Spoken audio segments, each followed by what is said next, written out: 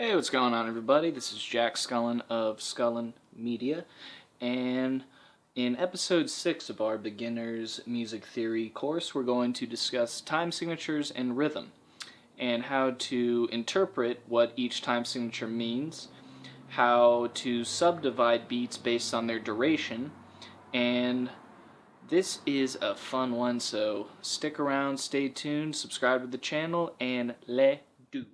In episode 6 of my Beginner's Music Theory lesson course, we're going to discuss time signatures and rhythm. So let's first discuss what a time signature is.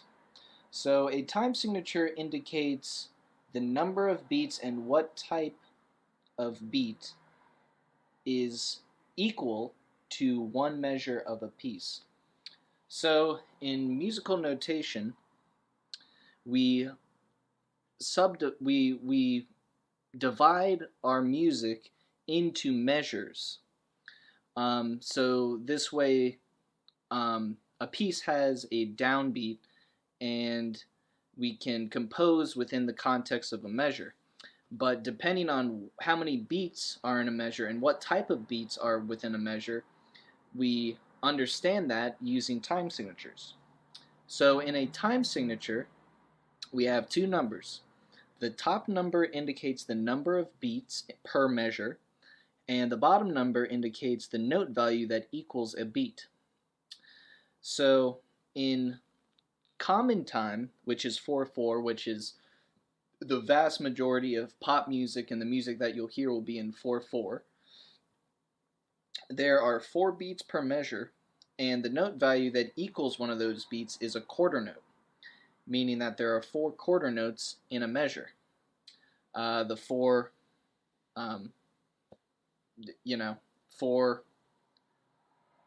there's 4 quarters in a dollar, is a way you can think of it. And what we have here is one measure in 4/4 and different note values that could equal one quarter note. So if we were to hear this a 4/4 measure with just 4 quarter notes, it would sound like this: 1, 2, 3, 4. 1, 2, 3, 4. Ba, ba, ba, ba. So those would be 4 quarter notes. Now, eighth note is equal to 1 quarter note. So that makes sense mathematically. And basically 2 eighth notes equal a quarter note, and by equal I mean it occupies the same amount of space a quarter note would. So instead of the measure sounding like this, these would be quarter notes: ba, ba, ba, ba. It would sound like this with eighth notes. So if it was 1, 2, 3, 4, ba, ba, ba, ba, ba, ba, ba, ba. And furthermore, we can have 16th notes. So 4 16th notes equals 1 quarter note, or 2 eighth notes. So that same thing, if it was quarter notes: 1, 2, 3, 4. 16 notes would sound like this: 1E and a 2E and a 3E and a 4E and a. So the way we count eighth notes is we would do 1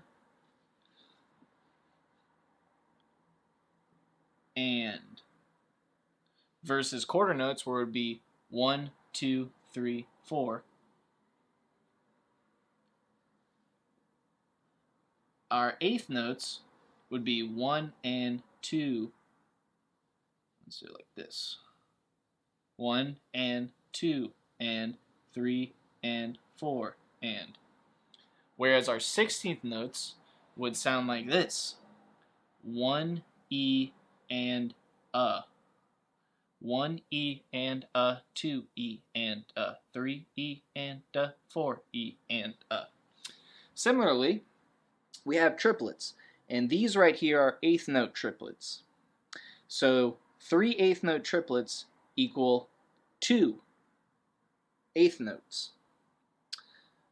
And if we were to have 16th note triplets, we would have 6 triplets are equal to 4 16th notes.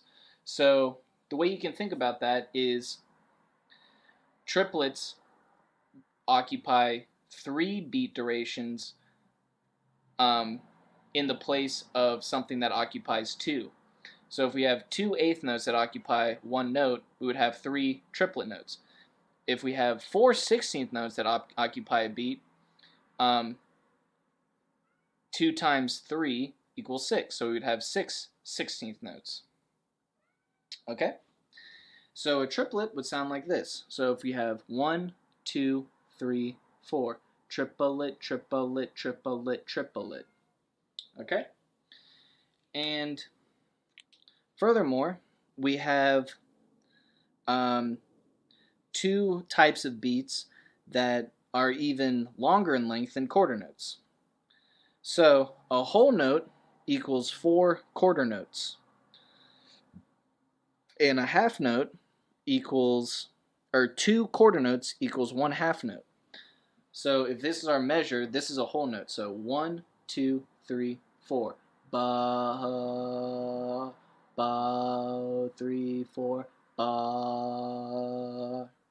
And a half note, if it was 1, 2, 3, 4. Ba, ba, ba, ba. And these rests down here indicate, basically a rest is like a placeholder in a measure. So if you're playing music, you're not going to be constantly playing notes. There's spots within a melody or a progression where you have moments where you're not playing or moments of rest. So to put something in place, so we understand when to play and when not to play, we use rests to hold the measure together. So a quarter note is written out like this, and we'd use this symbol to replace that if we weren't playing that pitch. Similarly, we'd be using these, and these 2 symbols as placeholders for that. So for instance, what that would look like is if instead of this measure we weren't playing at all and we didn't have this whole note, we could just substitute this symbol, meaning that this whole measure we're not playing. Okay? And let's start out with classifying what types of time signatures there are. So the first categorization is simple versus compound time signatures. So a simple time signature is where the top number is divisible by 2, 3, or 4. The main beat is split by 2. So here you can see the main beat is split into eighth notes, and the main beat is not a dotted note. So before we get into what a compound beat is, let's discuss what a dotted note is. So here we have a dotted quarter note. So if we were to have a regular quarter note, it would look like this. It would equal 2 eighth notes. But a dot indicates that whatever this length is, we add an additional half of the length. So if it equals 2 eighth notes, we add an additional eighth note. Okay?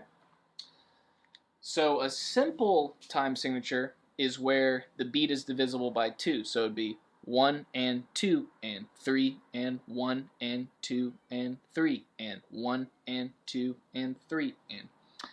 So here we have a compound time signature that equals the exact same number of beats or the exact same number of eighth notes as this simple time signature. So 3/4 means that there are 3 beats and they're equal to quarter notes. So here I have them written out as eighth notes. So there's 3 beats, so 1 and 2 and 3 and 1 and 2 and 3 and. But our compound